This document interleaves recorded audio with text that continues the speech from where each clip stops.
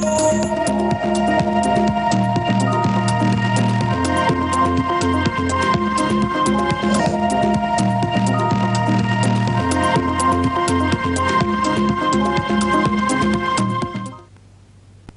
morning. Welcome to First Edition. Nenu Sandhya. Munduga headlines. కుమ్ములాటల పార్టీగా కాంగ్రెస్ ఢిల్లీ బాటలో అసమ్మతి నేతలు.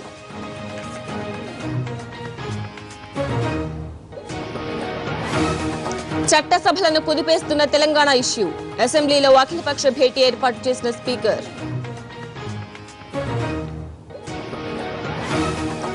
తెలంగాణపై తేల్చమంటున్న టీఎంపీలు. ఇవాళ మరోసారి ఆజాద్తో భేటీ.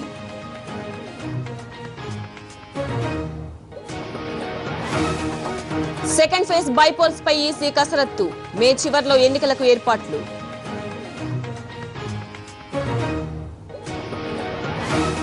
బల్వంత్ ఉరిశిక్షపై ఉత్కంఠ. పంజాబ్ లో అడుగడుగునా నిషేధాజ్ఞలు.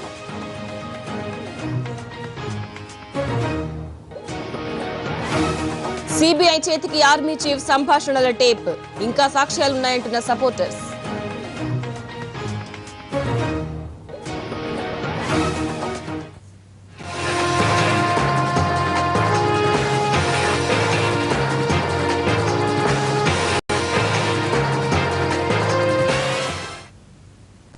కాంగ్రెస్ లో అసమ్మతి తారాస్థాయికి చేరుతోంది.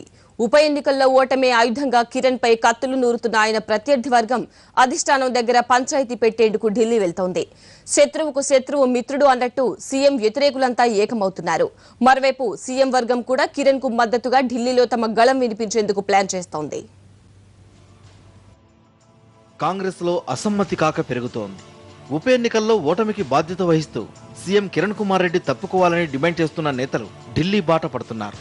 అధిష్టానంతో తాడోపేడో తేల్చుకునే లక్ష్యంతో ఢిల్లీ బయలుదేరుతున్నారు.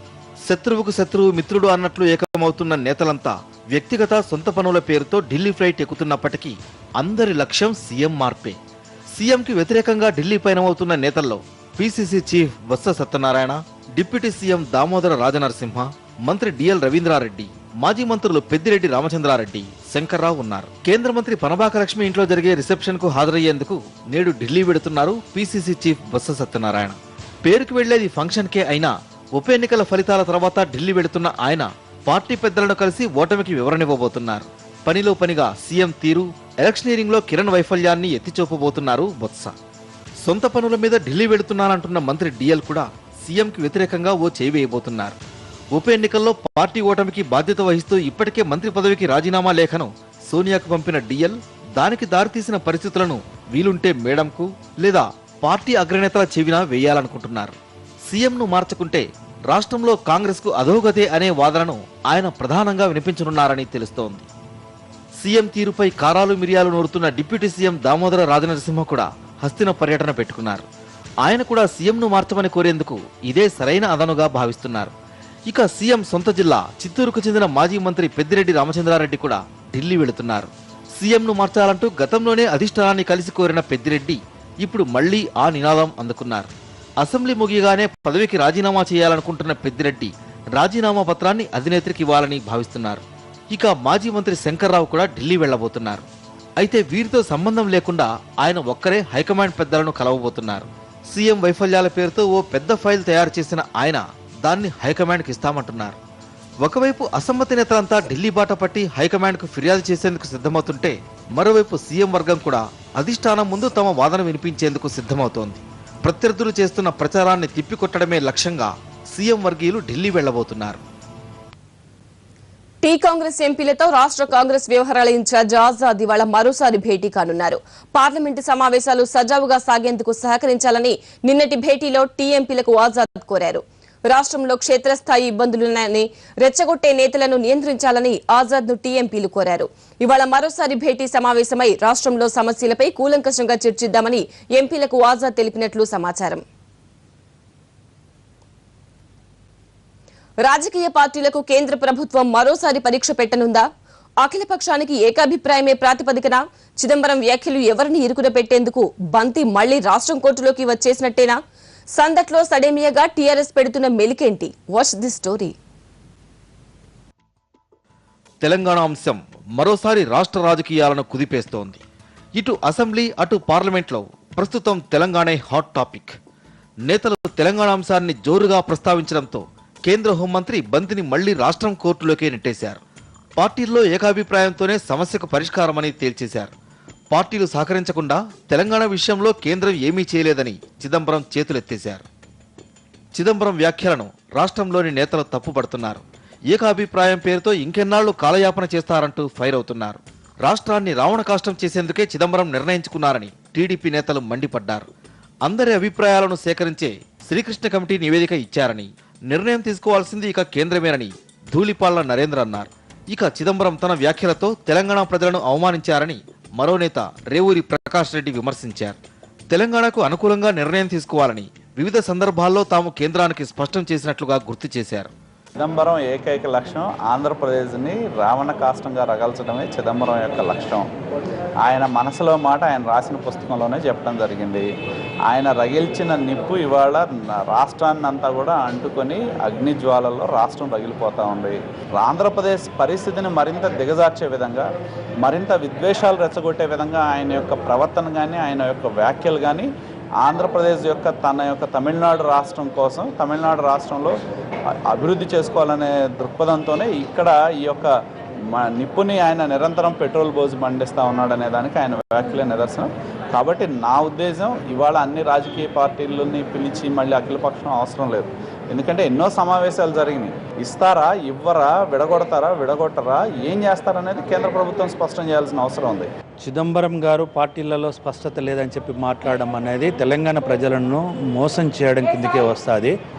ఎందుకంటే చాలా స్పష్టంగా మేము చెప్పడం జరిగింది. 2004లో కాంగ్రెస్ పార్టీ తెలంగాణ ఇస్తామని చెప్పి ప్రజలకు వెళ్ళి అధికారంలోకి వచ్చింది. ఆ రోజు టీఆర్ఎస్ పార్టీతో కూడా పొత్తు పెట్టుకొని అధికారంలోకి వచ్చిన విషయాన్ని కూడా మేము గుర్తు చేయడం జరిగింది. అదేవిధంగా జనవరి 5, 2014 జరిగిన అఖిలపక్ష సమావేశంలో కూడా మేము చాలా స్పష్టంగా చెప్పినాము, తెలంగాణపై కాంగ్రెస్ పార్టీ ఒక నిర్ణయం తీసుకోవాల్సిన అవసరం ఉన్నది. రాష్ట్రంలో కేంద్రంలో అధికారంలో ఉన్నది కాంగ్రెస్ పార్టీ అని చెప్పి చెప్పడమే కాకుండా తెలంగాణ ప్రాంత ప్రజలు 100% తెలంగాణ కోరుకుంటున్నారని చెప్పి కూడా మేము చాలా స్పష్టంగా చెప్పడం జరిగింది. ఇప్పటి వరకు తెలంగాణపై రెండు ప్రాంతాల నేతలు రెండు వేర్వేరు అభిప్రాయాలను చెబుతూ వచ్చారు. ప్రత్యేక రాష్ట్రం అంశంపై స్పష్టత లేక రాజకీయంగా టీడీపీ, కాంగ్రెస్ దెబ్బతిన్నాయి. ఇప్పటికే 2 సార్లు జరిగిన ఉప ఎన్నికలు ఈ అంశాన్ని రుజువు చేశాయి. తాజా ఫలితాల పరాభవంతో ఉన్న ఈ రెండు పార్టీల నాయకత్వానికి చిదంబరం తాజా ప్రకటనతో మూలిగే నక్కపై తాటికాయ పడ్డట్లయింది. చిదంబరం ప్రకటనను తమకు అనుకూలంగా మలుచుకునేందుకు టీఆర్ఎస్ యత్నిస్తోంది. ఉద్యమ పార్టీగా తెలంగాణపై మొదటి నుంచి పోరాడుతున్న టీఆర్ఎస్ కాంగ్రెస్, టీడీపీలను ఎప్పటికప్పుడు కార్నర్ చేస్తూ వస్తోంది. రెండు ప్రాంతాల్లో రెండు రకాలుగా చెబుతున్న పార్టీల వైఖరిని ఎండగట్టేందుకు చిదంబరం వ్యాఖ్యలను అవకాశంగా మలుచుకుంటోంది. ఈసారి అఖిలపక్షం అంటూ పెడితే కేవలం రాజకీయ పార్టీల అధ్యక్షులనే పిలవాలని ఆ పార్టీ నేతలంటున్నారు. చిదంబరం గారు అరిగిపోయిన రికార్డు మాదిరిగా అదే మాటను పదే చెప్తూ గత 2 సంవత్సరాలుగా కాలం వెల్లబుచ్చుతా ఉన్నారు. అసలు నిజంగా చిదంబరం గారికి సిన్సియారిటీ ఉంటే, కేంద్ర ప్రభుత్వానికి నిజంగా కూడా ఈ సమస్యను పరిష్కరించాలనే తపన ఉంటే పార్టీకి ఇద్దరు ప్రతినిధులు పిలవడం ఎందుకండి? పార్టీ అధ్యక్షుల్ని పిలవండి, ఒకే అభిప్రాయం చెప్పమనండి. పార్టీ అంటే ఒక విధానం ఉండాలని చెప్పమనండి. ఆ పార్టీల మేనిఫెస్టోలు తీసుకురమ్మనండి.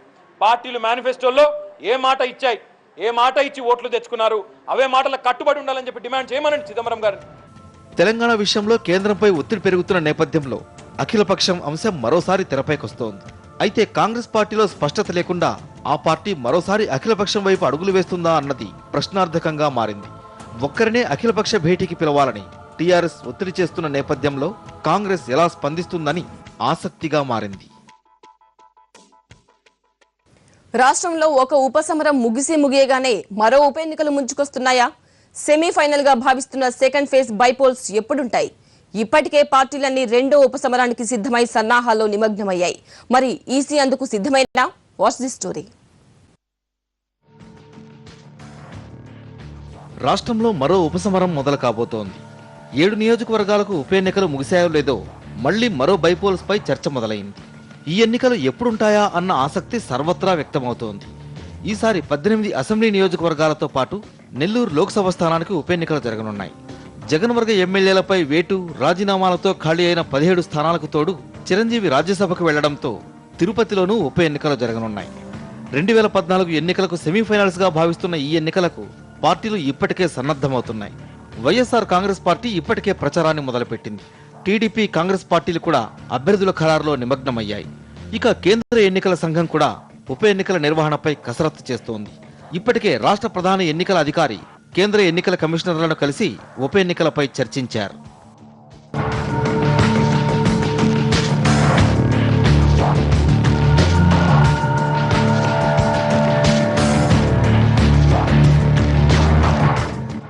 జూలైలోగా రాష్ట్రపతి ఎన్నికలు జరగాల్సి ఉంది. రాష్ట్రపతి ఎన్నికల షెడ్యూల్ను ప్రకటించే నాటికి దేశంలో ఎక్కడా అసెంబ్లీ, పార్లమెంట్ స్థానాలు ఖాళీ లేకుండా చూసుకోవడం సంప్రదాయంగా వస్తోంది. ఈ నేపథ్యంలో రాష్ట్రంలో ఖాళీగా ఉన్న స్థానాలను భర్తీ చేసేందుకు ఈసీ కసరత్తు చేస్తోంది. రానున్న 15 రోజుల్లో బైపోల్స్ పై స్పష్టత వచ్చే అవకాశం ఉంది.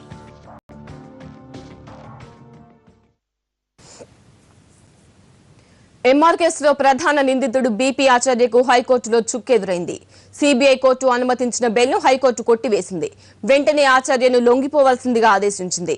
ఇదే కేసులో మరో నిందితుడు కోనేరు ప్రసాద్ కు కూడా బెయిల్ తిరస్కరించింది హైకోర్టు. ఎంఆర్ కేసులో బీపీ ఆచార్య మొదటి నిందితుడు కాగా కోనేరు ప్రసాద్ 6వ నిందితుడిగా ఉన్నారు. జనవరి 30న అరెస్టైన ఆచార్యకు మార్చి 16న సీబీఐ కోర్టు బెయిల్ మంజూరు చేసింది. ఆ సమయానికి ఆయన్ని ప్రాసిక్యూషన్ చేసేందుకు సీబీఐకి కేంద్రం నుంచి అనుమతి రాకపోవడంతో బెయిల్ లభించింది. అయితే కోర్టు నిర్ణయాన్ని సవాల్ చేస్తూ సీబీఐ హైకోర్టుకెళ్లింది. హైకోర్టులో వాదనలు వినిపించిన సీబీఐ తరపు న్యాయవాది బెయిల్ మంజూరుపై అభ్యంతరం తెలిపారు. సీబీఐ కోర్టు ఏకపక్షంగా నిర్ణయం తీసుకుందని వాదించారు. ఏపీఐఏసీ డైరెక్టర్గా ఆచార్యకు ఎంఆర్ కుంభకోణంతో ప్రత్యక్షంగా, పరోక్షంగా సంబంధాలున్నాయని వెల్లడించారు. ఆయనకు బెయిల్ ఇవ్వడం పట్ల కేసు తారుమారు చేసే ప్రమాదం ఉందని, సాక్షుల్ని బెదిరించే అవకాశం ఉందని వాదించారు.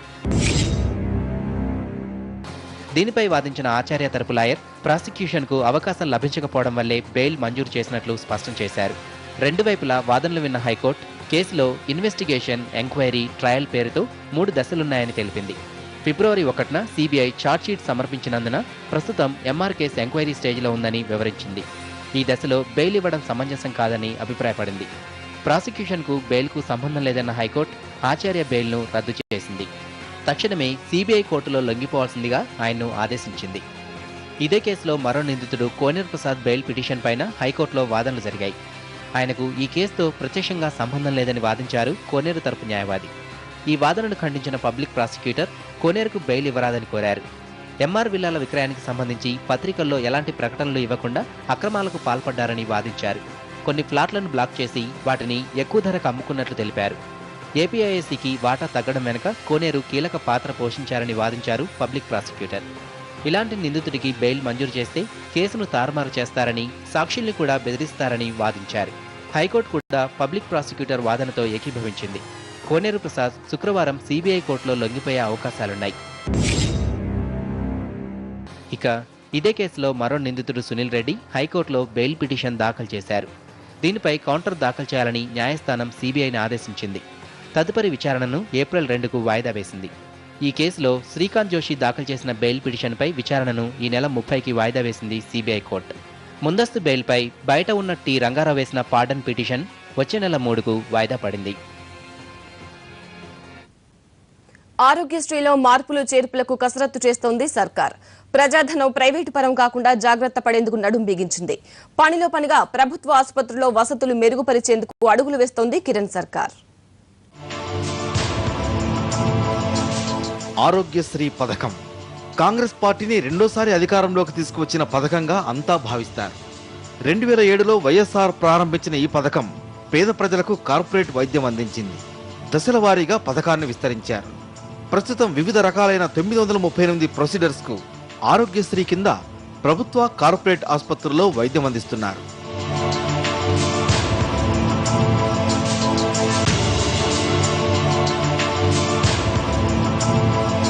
కార్పొరేట్ ఆసుపత్రులకు కాసుల పంట పండిస్తుందన్నది ఆ పథకంపై ఉన్న ప్రధాన ఆరోపణ. ఇటు ప్రభుత్వం గవర్నమెంట్ హాస్పిటల్స్ ను బలోపేతం చేయకుండా కార్పొరేట్ హాస్పిటల్స్ కు లబ్ధి చేకూరేలా వ్యవహరించడంపై ప్రభుత్వం విమర్శలు ఎదుర్కొంది. ఈ పథకం ప్రారంభించినప్పటి నుంచి కార్పొరేట్ హాస్పిటల్స్ కు ప్రభుత్వం 3,000 కోట్ల రూపాయల చెల్లింపులు జరిపిందంటే పరిస్థితి ఎలా ఉందో అర్థం చేసుకోవచ్చు. విమర్శలతో దిద్దుబాటు చర్యలు చేపట్టిన ప్రభుత్వం 938లో 133 ప్రొసీడర్స్ ను కేవలం గవర్నమెంట్ హాస్పిటల్స్ లో చికిత్స చేయించుకోవాలని గతంలోనే తేల్చి చెప్పింది. తాజాగా మరిన్ని వ్యాధులను గవర్నమెంట్ ఆసుపత్రుల్లోనే చికిత్స చేసుకునే విధంగా రాష్ట్ర ప్రభుత్వం కసరత్తు జరుపుతోంది. ఇప్పుడున్న 805 ప్రొసీడర్స్లో సుమారు 100 గవర్నమెంట్ ఆసుపత్రులకు పరిమితం చేసేందుకు ఆలోచన చేస్తోంది. ఇలా చేయడం వల్ల నెమ్మదిగా కార్పొరేట్, ప్రైవేట్ హాస్పిటల్స్కు ఆరోగ్యశ్రీ ద్వారా చెల్లింపులు తగ్గించి గవర్నమెంట్ ఆసుపత్రులను మెరుగుపరచవచ్చని భావిస్తోంది. ప్రైవేట్ ఆసుపత్రులకు చెక్ పెడుతూనే ప్రభుత్వ ఆసుపత్రుల్లో మెరుగైన సేవలు అందించేందుకు ప్రయత్నిస్తోంది కిరణ్ సర్కార్. గవర్నమెంట్ ఆసుపత్రుల్లో వసతులు మెరుగుపరుస్తూనే మరోవైపు విమర్శకుల నోటికి తాళం వేయవచ్చన్నది రాష్ట్ర ప్రభుత్వ యోచనగా తెలుస్తోంది. రైతుల నుంచి బెల్లం కొని వారికే సున్నం రాశాడా ఘనుడు. బెల్లం పాకం లాంటి తీయటి మాటలతో బిజినెస్ డెవలప్ చేశాడు. సన్న చిన్నకారు చెరుకు రైతులు, చిరు వర్తకుల్లో విశ్వాసాన్ని సంపాదించాడు. 100కు రూపాయిన్నర ధర్మ వడ్డీ అంటూ వారిని బుట్టలో వేశాడు. ఖర్చేస్తే కోట్ల రూపాయలు టోకరా పెట్టాడు. అనకాపల్లి బెల్లం మార్కెట్ కేంద్రంగా ఓ వ్యాపారి ఘరానా మోసం ఇది. రాష్ట్రంలో బెల్లం ఎగుమతులకు కేర్ ఆఫ్ అడ్రస్ గా నిలిచే అనకాపల్లి బెల్లం మార్కెట్ ఇది. నిత్యం ఇక్కడి మార్కెట్ బెల్లం లావాదేవీలతో కళకళలాడుతూ ఉంటుంది. ఓవైపు వ్యాపారులు బెల్లం కొనుగోళ్లను నిర్వహిస్తూనే మరోవైపు ఎగుమతులు చేస్తారు. ఇక్కడి మార్కెట్లో బెల్లం వ్యాపారం చేసే ఈయన పేరు అల్లారపు చంద్రశేఖరరావు. బెల్లం వ్యాపారిగా ఈయన అనకాపల్లి పరిసర ప్రాంత ప్రజలకు సుపరిచితుడు. తన తండ్రి హయాం నుంచి ఇతడు వ్యాపారం చేస్తున్నాడు. అనకాపల్లి, కసింకోట, మునగపాక తదితర మండలాల పరిధిలోని చెరుకు రైతులు బెల్లం తయారీని చేపట్టి చంద్రశేఖరరావు వద్ద విక్రయించేవారు. రైతులు తీసుకువచ్చిన బెల్లానికి ధరలను నిర్ణయించి ఆ మేరకు చంద్రశేఖరరావు ఆ డబ్బులను రైతులకు చెల్లించేవాడు. ఈ వ్యాపారం ఆనవాయితీగా వస్తోంది. అయితే బెల్లం రైతులు తన వద్ద విక్రయించిన బెల్లం దిమ్మలకు చెల్లించాల్సిన డబ్బులు తన వద్దనే ఉంచితే ఆ మేరకు 100కి రూపాయిన్నర చొప్పున వడ్డీ చెల్లిస్తానని నమ్మబలికాడు. అందుకు బదులుగా రైతులకు చెల్లించాల్సిన మొత్తానికి సంబంధించి ప్రామిసరీ నోటును రాసిచ్చేవాడు. ఇలా రైతులకు 10 కోట్లు పైగా చెల్లించాలి. కానీ ఇవేవీ చెల్లించడం మానేశాడు. లోట్లు రాసి ఇవ్వడమే తప్ప కానీ డబ్బులు పేమెంట్ చేయట్లేదు. నేను 4 నెలలు బట్టి అదే పరిస్థితి చేస్తున్నాడు. ఇప్పుడు 4 లక్షలు 8 లక్షల వరకు మాకు క్యాష్ ఇవ్వాలండి. నాన్న ఇబ్బందులు పెడుతున్నాడు. రేపు అన్నాడు, మాపు అన్నాడండి. మొన్న అడిగితే వెళ్ళిపోయాడండి ఊరేగేసి. అసలు సమస్యలు ఏం జరగట్లేదు. ఆ అనకాపల్లి మధ్యలోని ఆ కసంకోట రైతులకి అన్యాయం జరిగిందండి. మొత్తం మీద 3,70,00,000 తేలిందండి. కసంకోటంగా పిష్నిగడంగా 70 లక్షలు చిల్లర తేలిందండి. బెల్లవాడి నేను 25 పాకాలు 60,000 అండి. 60,000 కూడా ఇప్పుడు వచ్చి ఇవ్వలేదు. ఇస్తానని చెప్పుకుంటూ వచ్చాడు. సంక్రాంతి వెళ్ళిన తర్వాత కూడా బెల్లం వేసి నేను వాళ్ళ నోట్ల మని ఉండి 2,50,000 అండి. 2,50,000 అంతే ఇల్లు అమ్ముకొని భూమి అమ్మేసి అవి అప్పుకి ఇచ్చినాం కురదాన పెళ్లి గురించి. ఆ కురదాన పెళ్ళి ముహూర్తం పెట్టు కార్డుదే డబ్బులు ఇచ్చేస్తానని చెప్పాడు. ఆ కార్డు అట్టుకెళ్ళి ఇప్పుడు కార్డు అట్టుకెళ్ళిపోతే మనిషి లేడు. మరి ఎక్కడ పోండో ఏ పేరు అయిపోండో కనిపించలేదు. ఇప్పుడు వాళ్ళ తమ్ముడు ఉన్నాడండి. వాళ్ళ తమ్ముడు ఇస్తాను సీట్ల డబ్బులు ఇస్తానని నిన్నదా చెప్పాడు. ఈ ఆలోచి ఇవ్వను, సీట్ల డబ్బులు కూడా ఇవ్వను, మా అన్నయ్య ఎక్కడ ఉన్నాడో వెనుక తెచ్చుకోండి, మాకు తెలీదు అని చెప్తుండండి.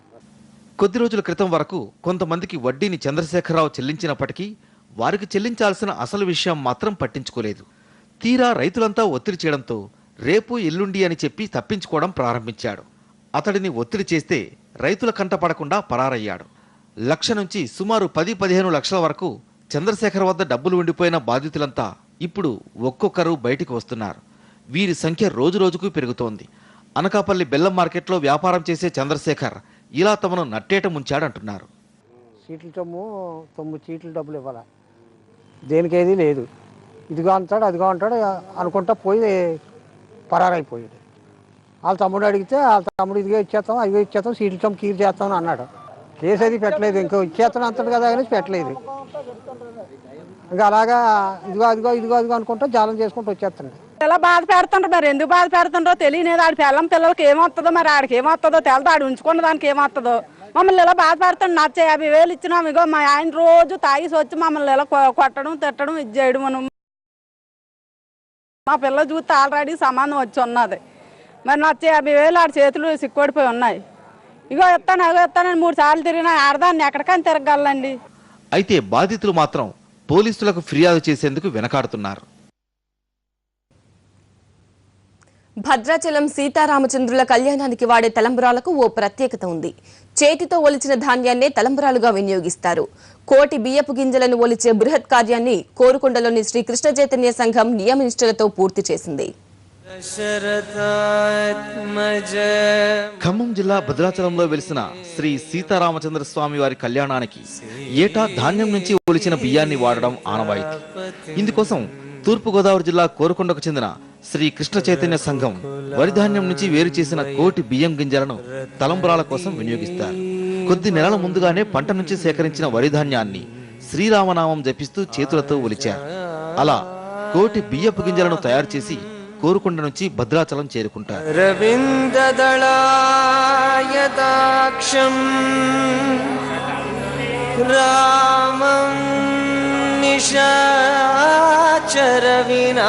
కోరుకొండ నుంచి వచ్చిన పూజారులు భద్రాచలంలో స్వామివారి సన్నిధికి చేరుకుని ఆ తలంబ్రాలను ఆలయ ప్రధాన అర్చకుడికి అందజేస్తారు. ఆలయ అర్చకులు ఏప్రిల్ 1న అభిజిత్ లగ్నం మందు జరిగే స్వామివారి కళ్యాణంలో ఈ తలంబ్రాలను వినియోగిస్తారు. ఈ వరిధాన్యం పైపొట్టు స్థూల శరీరం, బియ్యం పైపొర సూక్ష్మ శరీరం, బియ్యం గింజ మాత్రం కారణ శరీరం అని ఈ సూత్రాన్ని లోకమంతా పాటిస్తే సుఖశాంతులు కలుగుతాయంటున్నారు కోరుకొండ కళ్యాణం అప్పారావు. కార్యక్రమం అనేటువంటిది ప్రారంభించి మేము దాన్ని వలసినటువంటి బియ్యం శ్రీరామనామస్మరణటువంటి కోటి తలంబరాలను తయారు చేసి భక్తి శ్రద్ధలతో శ్రీరామనవమి భద్రాచల శ్రీ సీతారాముల కళ్యాణానికి ఈరోజు తీసుకుని వచ్చి భద్రాద్రి రాముడికి కోటి తలంబరాలు సమర్పించాం. రాముడి యొక్క సిద్ధాంతం, రాముడు చేసినటువంటి తత్వం కూడా ప్రతి మనిషి కూడా ధర్మ మార్గాన్ని, నీతి మార్గాన్ని విడవకూడదని తెలియజేశాడు. ప్రపంచం అంతా కూడా అధోగతి లోకాలకు ప్రయాణం చేస్తుంది. రాముడిని ఆదర్శంగా తీసుకుని అందరూ కూడా ఊర్ధ్వముఖ లోకాల ప్రయాణం చేసి ఆదర్శంగా నిలవాలని కోరి ప్రార్థిస్తున్నారు. శ్రీరామనవమి నాడు జరిగే స్వామివారి తలంబ్రాల కార్యక్రమంలో ఈ కోటి తలంబ్రాలు ప్రత్యేక ఆకర్షణ.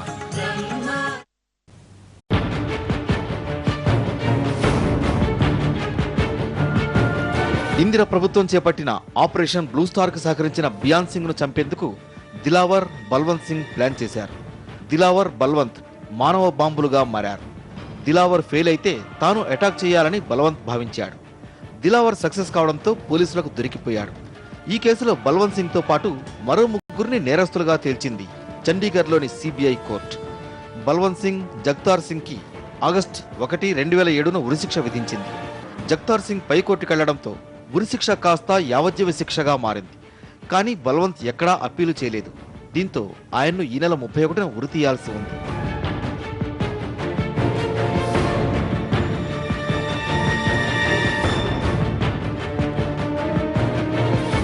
కానీ తాను ఉరి తీయలేనంటూ జైలర్ కోర్టు ఆదేశాలని తిప్పి పంపారు. దీన్ని కోర్టు ధిక్కారంగా పరిగణించిన జడ్జి బల్వంత్ను ఉరి తీయాల్సిందేనంటూ ఆర్డర్స్ పాస్ చేసింది. దీంతో ఈ వ్యవహారం సీరియస్గా మారింది. ప్రస్తుతం ఉన్న శిరోమణి అకాలీదళ్ ప్రభుత్వానికి వ్యతిరేకంగా రజోనా ఒక లేఖ విడుదల చేయడంతో ప్రజల్లో ఉద్రిక్తత ఏర్పడింది. విద్యార్థి సంఘాలు పంజాబ్ బంద్కు పిలుపిచ్చాయి.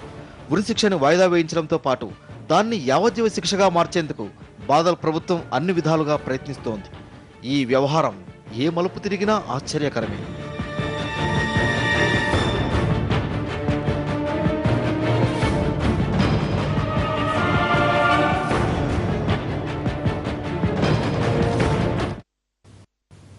యూపీఏ సర్కారును మరోసారి ఇరకాటంలోకి నెట్టేసింది రామసేతు. రాముడనేవాడే లేడని ఓసారి కోర్టుకు అఫిడవిట్ ఇచ్చి నాలుగు ఖర్చుకున్న ప్రభుత్వం ఇప్పుడు దానిని జాతీయ సంపదగా గుర్తించే అంశంపై ఎటూ తేల్చుకోలేని పరిస్థితిలో ఉంది. పైగా దీనిపై 2 రోజుల్లో తేల్చాలన్న సుప్రీంకోర్టు ఆదేశాలతో దిక్కుతోచని పరిస్థితిలో పడింది. రామసేతు విషయంలో యూపీఏ సర్కార్ మరోసారి ఇరుకున పడింది. ఇప్పటికే ధనుష్కోటి దగ్గర వారధిని తొలగించి నౌకల రాకపోకలకు మార్గం సుగమం చేయాలనే ఆలోచనను విరమించుకుంది ప్రభుత్వం. అయితే ఇప్పుడు రామసేతును జాతీయ సంపదగా ప్రకటించాలా వద్దా అనే దానిపై సర్కార్ నిర్ణయం చెప్పాలని ఆదేశించింది సుప్రీంకోర్టు. కేంద్రానికి 2 రోజులు గడువిస్తూ కేసు తదుపరి విచారణను ఈ నెల 29కి వాయిదా వేసింది.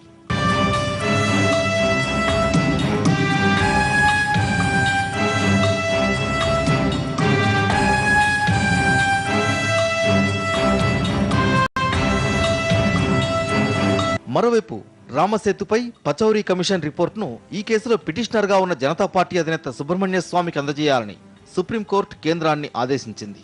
దీంతో యూపీఏ సర్కారుపై ఎక్కుపెట్టడానికి సుబ్రహ్మణ్య స్వామికి మరో అస్త్రం లభించినట్లయింది రామసేతు రూపంలో. ఇప్పటికే రామసేతు విషయంలో పలు విమర్శలు ఎదుర్కొన్న కాంగ్రెస్ సర్కార్ ఇప్పుడు దాన్ని జాతీయ సంపదగా ప్రకటించే విషయంలో ఏం చేయాలనే దానిపై తర్జన భర్జన పడుతోంది. అయితే దీనిపై కేబినెట్ సెక్రటరీ నిర్ణయం తీసుకోలేరంటున్న ప్రభుత్వం ఈ విషయాన్ని మరికొన్ని రోజులు నాంచేందుకు గల అవకాశాలని పరిశీలిస్తోంది.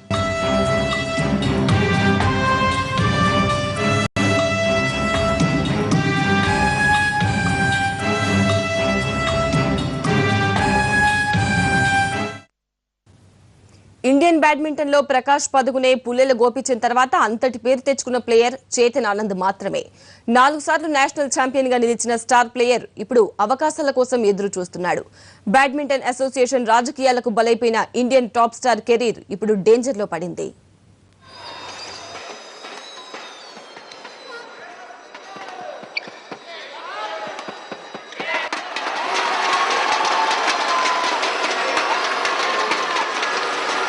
ఇండియన్ బ్యాడ్మింటన్లో టాప్ ప్లేయర్గా ఓ వెలుగు వెలిగాడు చేతన్ ఆనంద్. ప్రకాష్ పదుకునే, గోపీచంద్ తర్వాత అంతటి పాపులారిటీ సాధించిన ప్లేయర్ చేతన్ ఆనంద్ ఒక్కడే. అప్పటికే 3 సార్లు నేషనల్ ఛాంపియన్గా నిలిచిన చేతన్ బీజింగ్ ఒలింపిక్స్లో ఖచ్చితంగా మెడల్ సాధిస్తాడని అంతా అనుకున్నారు. 2008 ఒలింపిక్స్కు ముందు కెరీర్లో బెస్ట్ ఫామ్లో ఉన్న టైంలో అనూహ్యంగా బ్యాడ్మింటన్ అసోసియేషన్ రాజకీయాలకు బలైపోయాడు. కేవలం లోకల్ టోర్నీలో ఆడని కారణంగా ఒలింపిక్స్లో పాల్గొనే విషయమై అనర్హత వేటేసింది అసోసియేషన్. ఒలింపిక్స్లో భారత్ మరో మెడల్ గెలిచే అవకాశం మిస్ అయింది.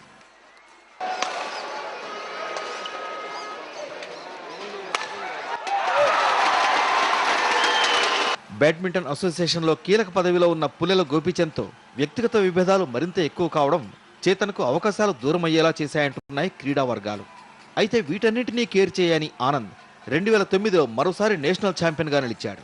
దీంతో చేతన్పై అసోసియేషన్లో రాజకీయాలు మరింత ఎక్కువయ్యాయి. స్టార్ ప్లేయర్ను వ్యక్తిగతంగా దెబ్బతీసేందుకు అసోసియేషన్లో పెద్దలు మరింత ఇంట్రెస్ట్ చూపించారనేది బ్యాడ్మింటన్ వర్గాల వాదన. ఒక పక్క రాజకీయాలు, మరోపక్క వ్యక్తిగత జీవితంలో ఒడిదుడుకులు, వీటి నుంచి ఏ దశలోనూ కోలుకోలేకపోయాడు ఈ బ్యాడ్మింటన్ స్టార్. కెరీర్లో చెప్పుకోదగ్గ విజయాలు సాధించినప్పటికీ సాధారణ ప్లేయర్గానే మిగిలిపోయాడు. ప్రస్తుతం గాయం నుంచి కోలుకున్న చేతన్ మరిన్ని టోర్నీలు ఆడటానికి సిద్ధమవుతున్నాడు. I mean you can't help it, ఇంజరీలు మనం అనుకుని రావు కదా. So it's sportsmen. But luckily for me past like మొదలు పెట్టిన దగ్గర నుంచి I didn't have any major injuries. So this was the first. And కానీ మేబీ మెంటల్గా I think I will be more stronger. And ఇంకా now I really want to prove myself again. So ఆ ఇన్స్పిరేషన్తో I think I should be able to play better. Badminton association పెద్దలతో విభేదాలు, వ్యక్తిగత జీవితంలో గొడవలు, కీలక సమయంలో గాయాల కారణంగా చేతన్ ఫ్యూచర్ డేంజర్ జోన్లో పడింది. ఒకప్పటి స్టార్ ప్లేయర్ ఇప్పుడు గుర్తింపు కోసం చూస్తున్నాడు. కెరీర్లో వరల్డ్ టాప్ 12వ ర్యాంక్ సాధించిన చేతన్ ఇప్పుడు 70వ ర్యాంకుకు పడిపోయాడు.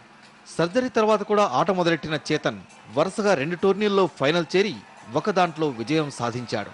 అయినా బ్యాడ్మింటన్ అసోసియేషన్ నుంచి ఎలాంటి ప్రోత్సాహం చేతన్కి అందడం లేదనేది ఇతడి సన్నిహితుల వాదన. అసోసియేషన్ నుంచి సరైన సమయంలో ప్రోత్సాహం అంది ఉంటే ఎన్నో మెడల్స్ గెలిచి అప్కమింగ్ ప్లేయర్స్కు ఆదర్శంగా నిలిచేవాడని, కానీ ఇప్పుడు లైమ్లైట్లో లేకుండా పోయాడని ఆవేదన వ్యక్తం చేస్తున్నారు వాళ్ళు.